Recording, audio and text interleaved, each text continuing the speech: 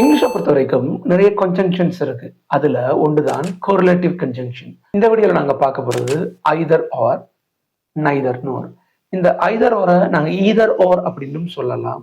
அதே மாதிரி நைதர் நோரை நாங்க நீதர் நோர் அப்படின்னு சொல்லலாம். நிறைய பேர் சொல்ற மாதிரி எய்தர் ஓர் அப்படின்னு சொல்லவே கூடாது.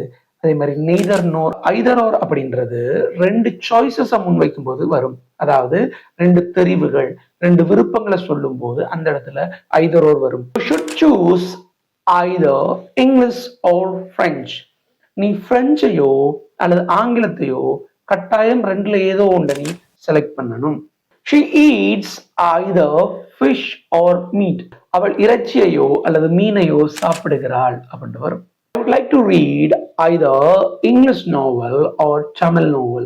நான் ஆங்கில நாவலையோ அல்லது தமிழ் நாவலையோ படிக்க விரும்புகிறேன். நைதர் நோர் அல்லது நீதர் நோர்னு சொல்லப்படுற இந்த கோரிலேட்டிவ் கன்ஜங்ஷனை நாங்க ரெண்டுமே இல்லை, அதுவும் பிடிக்காது இதுவும் பிடிக்காது, அங்கேயும் போக விரும்ப மாட்டேன் இங்கேயும் போக விரும்ப மாட்டேன், அப்ப ரெண்டுமே இல்லை அப்படின்ட்டு புறந்தள்ளக்கூடிய ஒமிட் பண்ணக்கூடிய சந்தர்ப்பங்கள்ல நாங்க நைதர் நோரை பயன்படுத்தலாம். நைதர் நோர் அப்படின்றதே ஒரு நெகட்டிவா வர்றதுனால நாங்க வேர்புக்கு முன்னால நாங்க எப்பவுமே நாட் போட வேண்டிய அவசியம் இல்லை.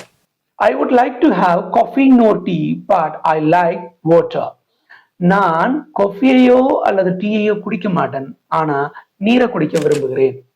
As she is a vegetarian, she likes to have fish nor meat. அவள் ஒரு வெஜிடேரியனாக இருப்பதனால அவள் இரண்டையும் சாப்பிட மாட்டாள், மீனையும் சாப்பிட மாட்டாள், இறைச்சியும் சாப்பிட மாட்டாள்.